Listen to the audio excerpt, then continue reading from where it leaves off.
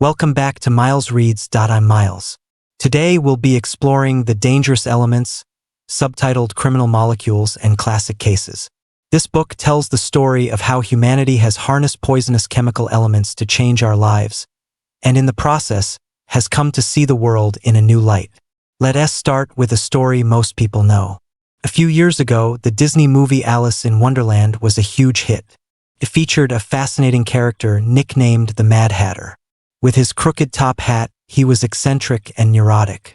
Thanks to the brilliant performance by Johnny Depp, the character was vividly brought to life and left a lasting impression on audiences. It's often said that art imitates life. So, was the Mad Hatter nickname just a random creation? Was his madness really connected to his hat? The answer is yes. For hundreds of years, wearing a hat was fashionable in Western society. Regardless of social class, going out without a hat was considered impolite. This custom only began to fade about 50 years ago. Back then, hats were mostly made from animal fur, a process that required making felt first and then shaping it. But animal fur is smooth and springy, making it very difficult to get the fibers to stick together. So, hat makers at the time commonly used mercury nitrate to treat the fur, which solved the problem. The downside was that this process created large amounts of dust, which settled on the hats and was inhaled by the workshop laborers. As a result, chronic mercury poisoning became the most common occupational disease for hat makers. The symptoms of mercury poisoning were obvious. Workers became irritable, spoke incessantly, grew neurotic, and behaved erratically.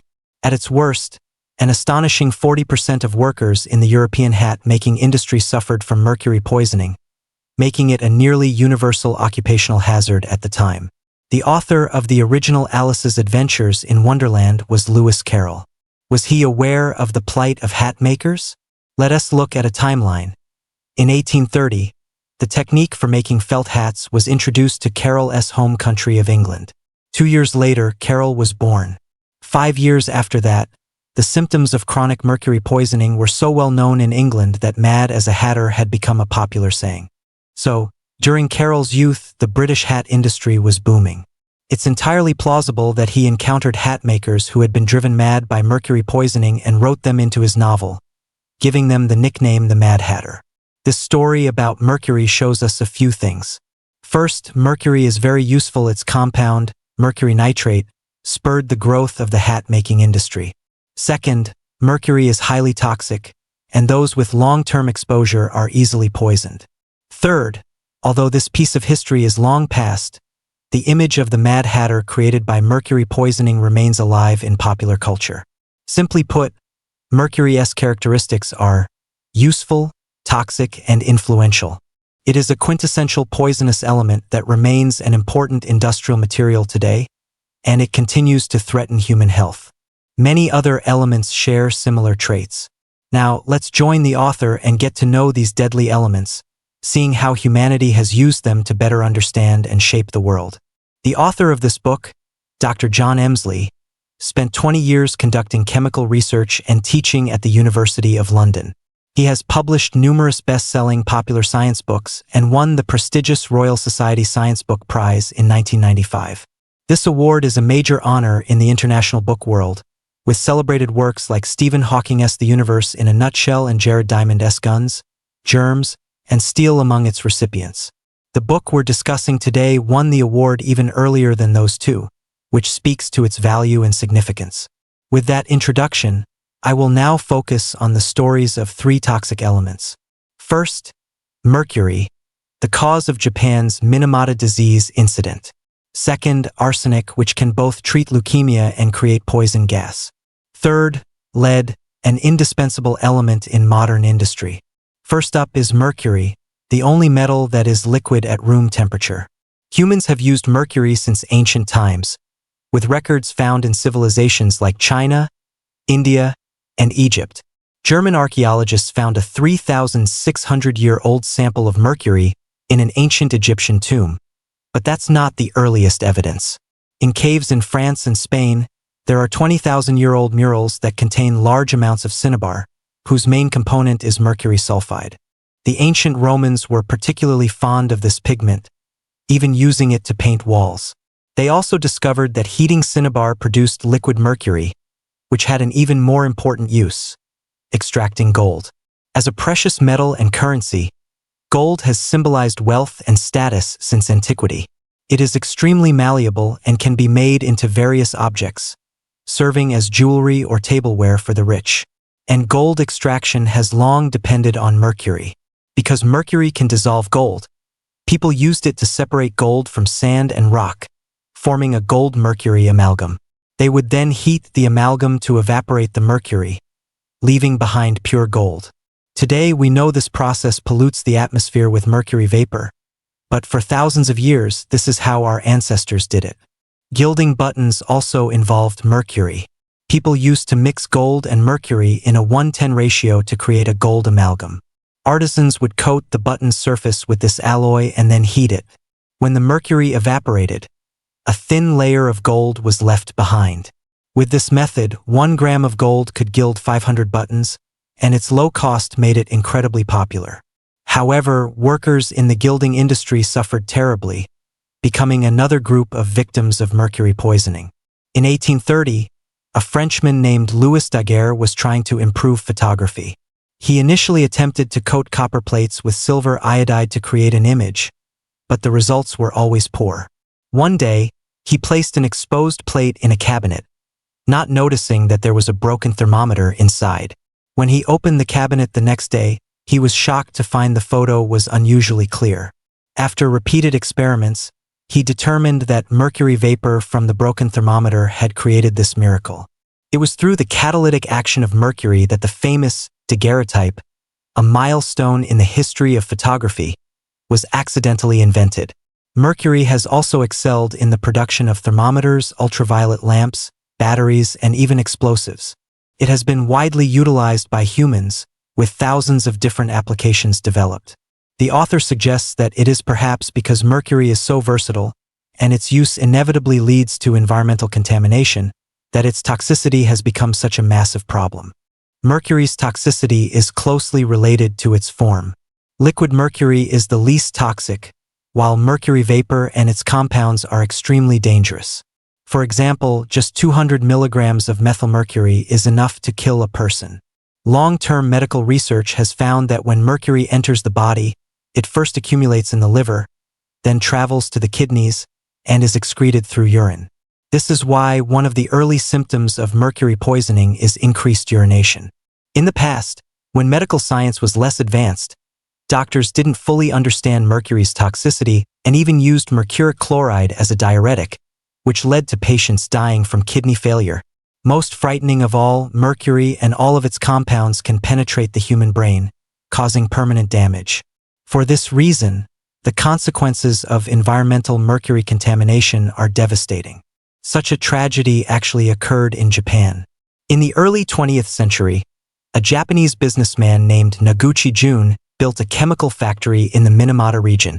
Starting in the 1930s, the factory began mass-producing acetaldehyde, using mercury as a catalyst. Some of this mercury was not effectively recovered and was discharged with wastewater into Minamata Bay. It is estimated that over the next few decades, as much as 80 tons of mercury were dumped into the bay. After settling on the seabed, this mercury was converted by bacteria into highly toxic methylmercury, which then entered the food chain. At first, residents near Minamata Bay noticed more and more dead fish floating in the sea. Seabirds began to fly erratically, sometimes falling from the sky. Cats in the area would stumble, drool uncontrollably, and eventually die in convulsions. At the time, people just thought these events were strange, unaware that humans at the top of the food chain were facing a grave threat. 4 years after these strange occurrences began, a large-scale methylmercury poisoning event broke out in the Minamata region. 52 people were severely poisoned, and 21 of them died. It took doctors at Kumamoto University 2 months of repeated investigations to finally confirm that heavy metal poisoning was the cause. 2 years later, the Japanese medical community identified mercury as the culprit. By then, another 46 people had died.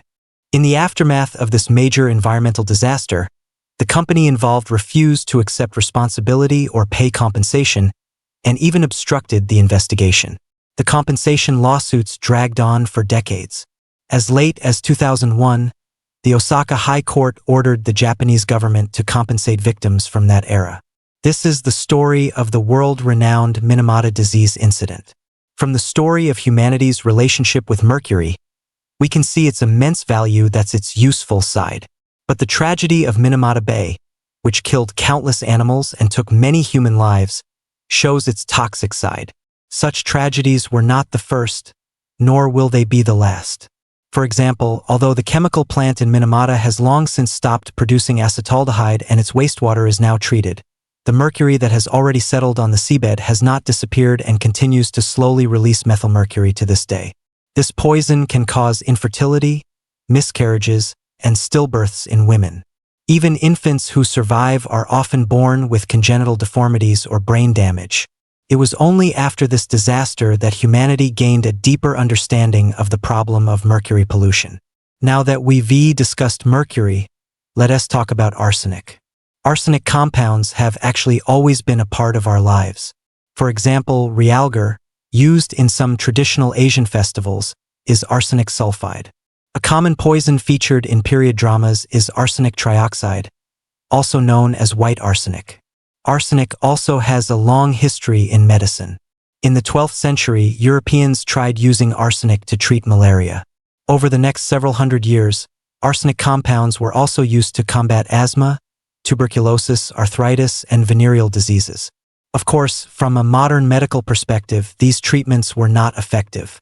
Arsenic's first effective use in modern medicine came with a drug called Fowler's solution. Invented in the 18th century, this medicine's main ingredient was potassium arsenite, and it had some therapeutic effects. However, it was quickly overused, as people at the time saw it as a cure-all, even believing it to be a health tonic and an aphrodisiac. Unfortunately, this abuse led to numerous cases of arsenic poisoning.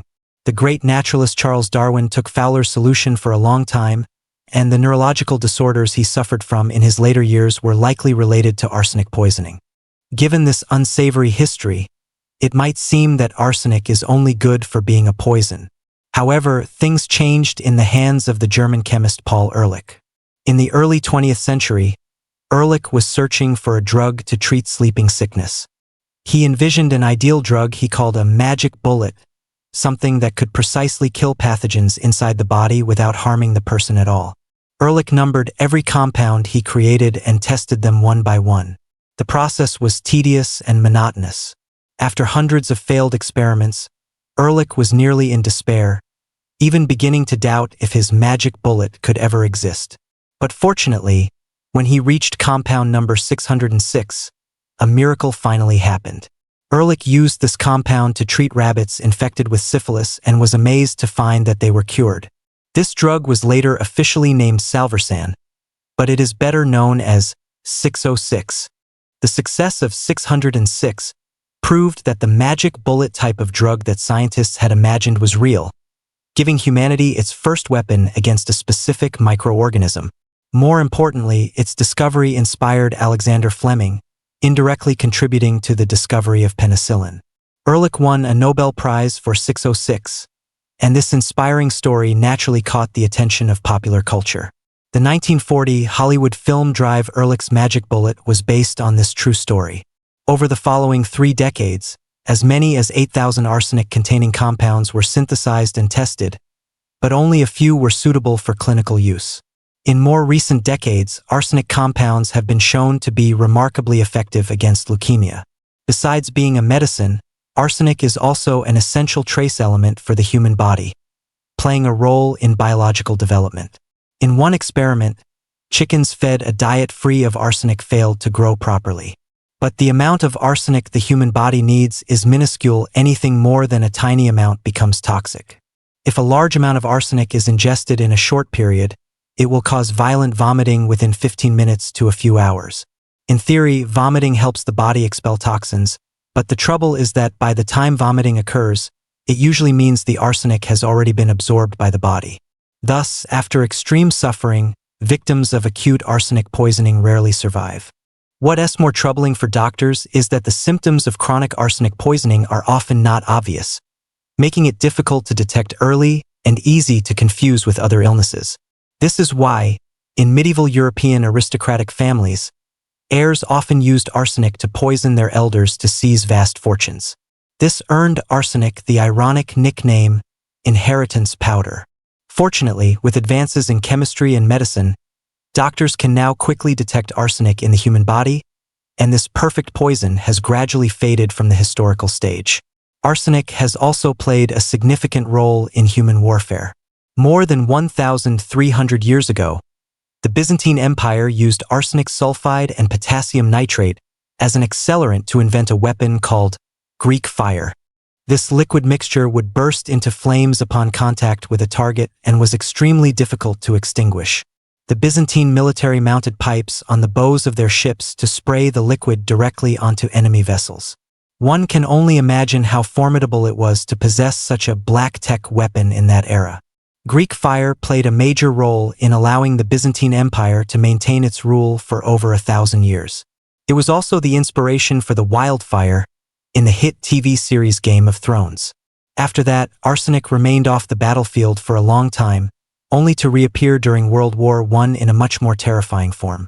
In World War I, both sides began using chemical weapons to break through trench defenses. For example, a widely used sneeze gas had diphenylchloroarsine as its main component, which could penetrate gas masks and severely irritate a soldier's respiratory tract. Another arsenic-based gas called lewisite was even more deadly. Although called a gas, lewisite is a liquid at room temperature and was typically deployed as a spray. This spray could penetrate clothing and even rubber, causing massive, painful blisters on the skin. Because of its horrifying effects, lewisite was known as the dew of death. Fortunately, World War I ended before it could be deployed on a massive scale. However, in the years that followed, many countries began to stockpile this weapon. During the Second Sino-Japanese War, Japanese forces used it in northeastern China. In the 1980s, Saddam Hussein also deployed it during the Iran-Iraq War. This is the story of arsenic. As a component of 606, it benefits humanity as a raw material for poison gas. It has given rise to horrific chemical weapons. As long as humanity cannot end war, it cannot end its obsession with developing weapons. Perhaps at this very moment, many cancer patients around the world are undergoing chemotherapy with arsenic-based drugs, while in some unknown corner of the world, arsenic chemical weapons may still be in storage. In these starkly different ways, arsenic continues to exert a profound and lasting influence on our world. Finally, let us talk about lead.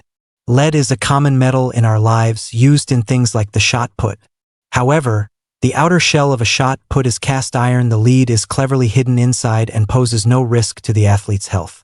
Long-term medical practice has shown that if a person ingests a large amount of lead in a short time, they will experience severe vomiting and diarrhea, and the lead will be expelled. But if lead is ingested slowly and in small doses, the body gradually absorbs it, leading to the terrifying condition of chronic lead poisoning. In this situation, the victim may show no obvious symptoms for many years, but a blood test can confirm the diagnosis. The lead that remains in the body severely affects the stomach, causing acute abdominal pain. It slows the contractions of the intestinal smooth muscles, leading to constipation.